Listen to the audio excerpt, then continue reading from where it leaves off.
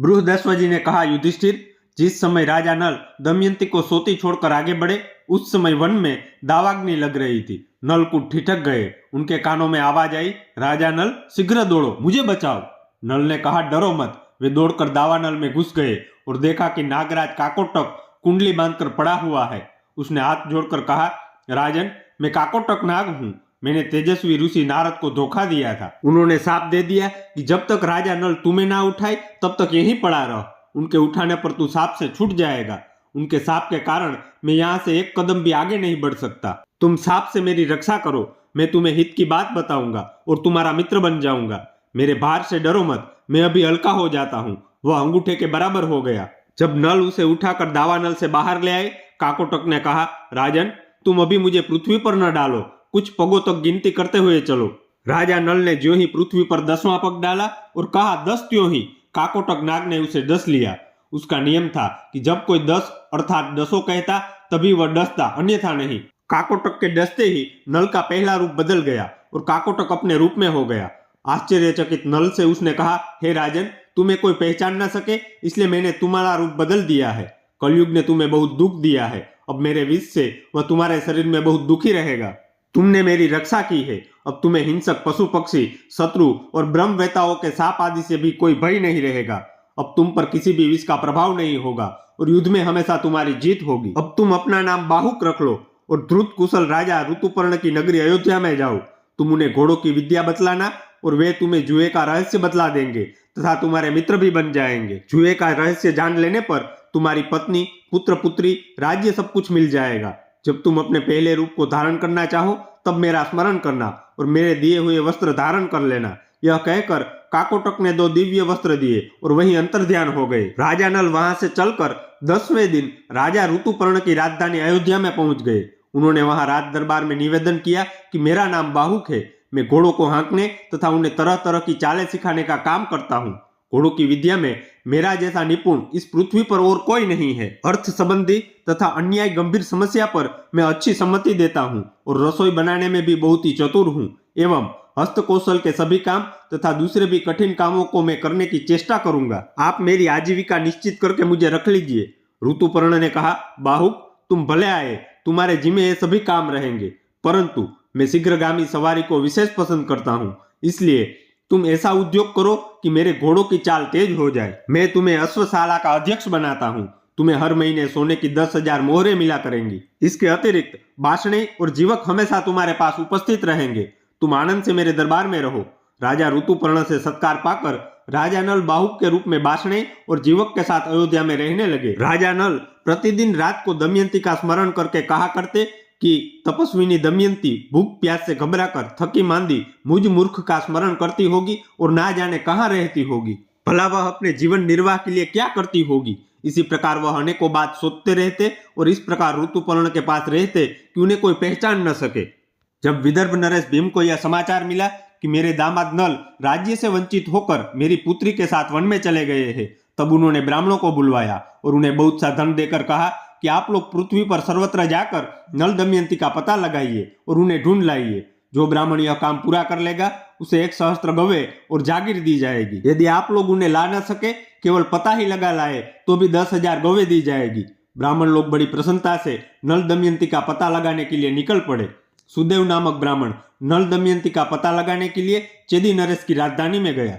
उसने एक दिन राजमहल में दमयंती को देख लिया। उस समय राजा के महल में पुण्य हवन हो रहा था और दमयंती और सुनंदा एक साथ बैठकर वह मंगल कार्य देख रही थी। सुदेव ब्राह्मण ने दमयंती को देखकर सोचा कि वास्तव में यही भीम नंदिनी है। मैंने इसका जैसा रूप पहले देखा था वैसा ही अब भी देख रहा हूँ। बड़ा अच्छा हुआ, इसे देख लेने से मेरी यात्रा सफल हो गई। सुदेव दमयंती के पास गया और बोला, विदर्भ नंदिनी, मैं तुम्हारे भाई का मित्र सुदेव ब्राह्मण हूँ।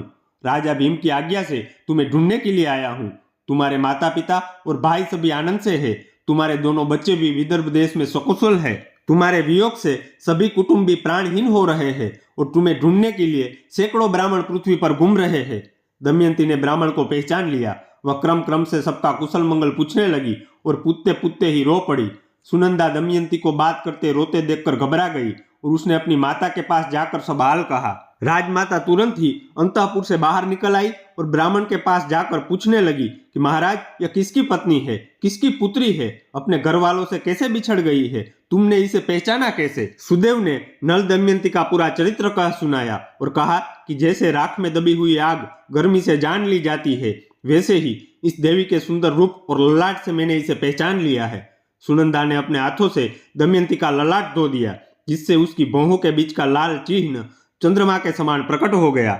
ललाट का वह तिल देखकर सुनंदा और राजमाता दोनों ही रो पड़ी। उन्होंने 2 घड़ी तक दमयंती को अपने सीने से लगाए रखा। राजमाता ने कहा, दमयंती, मैंने इस तिल से पहचान लिया कि तुम मेरी बहन की पुत्री हो। तुम्हारी माता मेरी सगी बहन है। हम दोनों दर्शान देश के राजा सुदामा की पुत्री है। तुम्हारा जन्म मेरे पिता के घर ही हुआ था। उस समय मैंने तुम्हें देखा था। जैसे तुम्हारे पिता का घर तुम्हारा है, वैसे ही यह घर भी तुम्हारा ही है। यह संपत्ति जैसे मेरी है, वैसे ही तुम्हारी भी है। दमयंती बहुत प्रसन्न हुई और उसने अपनी मौसी को प्रणाम करके कहा, तुमने मेरी अभिलाषाएं पूर्ण की है तथा मेरी रक्षा की है। इसमें मुझे संदेह नहीं है कि मैं अब यहाँ और भी सुख से रहूंगी, परंतु मैं बहुत दिनों से घूम रही हूँ। मेरे छोटे छोटे 2 बच्चे पिताजी के घर पर है। वे अपने पिता के वियोग से दुखी रहते होंगे। न जाने उनकी क्या दशा होगी। आप यदि मेरा हित करना चाहती है तो मुझे विदर्भ देश में भेजकर मेरी इच्छा पूर्ण कीजिए। राजमाता बहुत प्रसन्न हुई। उन्होंने अपने पुत्र से कहकर पालकी मंगवाई। भोजन, वस्त्र और बहुत सी वस्तुएं देकर एक बड़ी सेना के संरक्षण में दमयंती को विदा कर दिया। विदर्भ देश में पहुंचकर दमयंती का बड़ा सत्कार हुआ। दमयंती अपने भाई, बच्चे, माता पिता और सखियों से मिली। उसने देवता और ब्राह्मणों की पूजा की। राजा भीम को अपनी पुत्री के मिल जाने से बड़ी प्रसन्नता हुई। उन्होंने सुदेव नामक ब्राह्मण को 1000 गौवे, गांव तथा धन देकर संतुष्ट किया। बृहदस्वजी कहते हैं, हे युधिष्ठिर, अपने पिता के घर एक दिन विश्राम करके दमयंती ने अपनी माता से कहा कि माताजी, मैं आपसे सत्य कहती हूँ, यदि आप मुझे जीवित रखना चाहती है तो मेरे पति देव को ढूंढवाने का प्रबंध कीजिए। रानी ने बहुत दुखी होकर अपने पति राजा भीम से कहा कि स्वामी, दमयंती अपने पति के लिए बहुत व्याकुल है। उसने संकोच छोड़कर मुझसे कहा है कि उसके पति को ढूंढवाने का प्रबंध करना चाहिए। राजा ने अपने आश्रित ब्राह्मणों को बुलवाया और नल को ढूंढने के लिए उन्हें नियुक्त कर दिया। ब्राह्मणों ने दमयंती के पास जाकर कहा कि अब हम राजा नल का पता लगाने के लिए जा रहे हैं।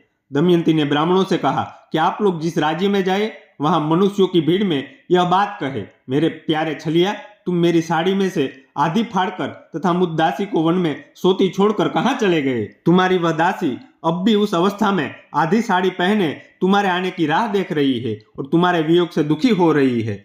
उनके सामने मेरी दशा का वर्णन कीजिएगा और ऐसी बात कहिएगा जिससे वे प्रसन्न हो और मुझ पर कृपा करे। मेरी बात कहने पर यदि आप लोगों को कोई उत्तर दे तो वह कौन है, कहाँ रहता है, इन बातों का पता लगा लीजिएगा और इसका उत्तर याद रखकर मुझे सुनाइएगा। और इस बात का ध्यान भी रखिएगा कि आप लोग यह बात मेरी आज्ञा से कह रहे हैं, यह उसे मालूम न हो। ब्राह्मणगण दमयंती के निर्देशानुसार राजा नल को ढूंढने के लिए निकल पड़े। बहुत दिनों तक ढूंढने खोजने के बाद प्रहलाद नामक ब्राह्मण ने महल में आकर दमयंती से कहा, राजकुमारी, मैं आपके निर्देशानुसार निषद नरेश नल का पता लगाता हुआ अयोध्या जा पहुंचा। वहां मैंने राजा ऋतुपर्ण के पास जाकर भरी सभा में तुम्हारी बात दोहराई, परंतु वहां किसी ने कुछ उत्तर नहीं दिया। जब मैं चलने लगा तब उसके बाहुक नामक सारथी ने मुझे एकांत में बुलाकर कुछ कहा। देवी, वह सारथी राजा ऋतुपर्ण के घोड़ों को शिक्षा देता है, स्वादिष्ट भोजन बनाता है, परंतु उसके हाथ छोटे और शरीर कुरूप है। उसने लंबी सांस लेकर रोते हुए कहा कि कुलीन स्त्रियां घोर कष्ट पाने पर भी अपने सिल की रक्षा करती है और अपने सतीत्व के बल पर स्वर्ग जीत लेती है। कभी उनका पति त्याग भी दे तो वे क्रोध नहीं करती, अपने सदाचार की रक्षा करती है। त्यागने वाला पुरुष विपत्ति में पड़ने के कारण दुखी और अचेत हो रहा था, इसलिए उस पर क्रोध करना उचित नहीं है। माना कि पति ने अपनी पत्नी का योग्य सत्कार नहीं किया, परंतु वह उस समय राज्य लक्ष्मी से च्युत, क्षुतातुर, दुखी और दुर्दशाग्रस्त था। ऐसी अवस्था में उस पर क्रोध करना उचित नहीं है। जब वह अपनी प्राण रक्षा के लिए जीविका चाह रहा था तब पक्षी उसके वस्त्र लेकर उड़ गए। उसके हृदय की पीड़ा असहनीय थी। राजकुमारी, बाहुक की यह बात सुनकर मैं तुम्हें सुनाने के लिए आया हूँ। तुम जैसा उचित समझो करो। चाहो तो महाराज से भी कह दो। ब्राह्मण की बात सुनकर दमयंती की आंखों में आंसू भर आए। उसने अपनी माँ से एकांत में कहा, माताजी, आप यह बात पिताजी से ना कहे। मैं सुदेव ब्राह्मण को इस काम में नियुक्त करती हूँ। जैसे सुदेव ने मुझे शुभ मुहूर्त में यहाँ पहुंचाया था, वैसे ही वह शुभ शकुन देखकर अयोध्या जाए और मेरे पति देव को लाने की युक्ति करे। इसके बाद दमयंती ने प्रणात का सत्कार करके उसे विदा किया और सुदेव को बुलवाया। दमयंती ने सुदेव से कहा, ब्राह्मण देवता, आप शीघ्र से शीघ्र अयोध्या नगरी में जाकर राजा ऋतुपर्ण से यह बात कहिए कि भीम पुत्री दमयंती फिर से स्वयंवर में स्वेच्छा अनुसार पति वरण करना चाहती है। बड़े बड़े राजा और राजकुमार जा रहे हैं। स्वयंवर की तिथि कल ही है, इसलिए यदि आप पहुंच सके तो वहां जाइए। नल के जीने अथवा मरने का किसी को पता नहीं है, इसलिए वह कल सूर्योदय के समय दूसरा पति वरण करेगी। दमयंती की बात सुनकर सुदेव अयोध्या गए और उन्होंने राजा ऋतुपर्ण से सब बातें कह दी। अब आगे क्या होगा? क्या दमयंती दूसरा विवाह करेगी, और यदि हाँ तो किससे करेगी? जब नल को दमयंती के स्वयंवर के बारे में पता चलेगा तो वह क्या सोचेगा? खैर, आगे क्या होगा ये तो कहानी में ही पता चलेगा, इसलिए कहानी के अगले भाग तक जरूर बने रहे। तब तक के लिए नमस्कार।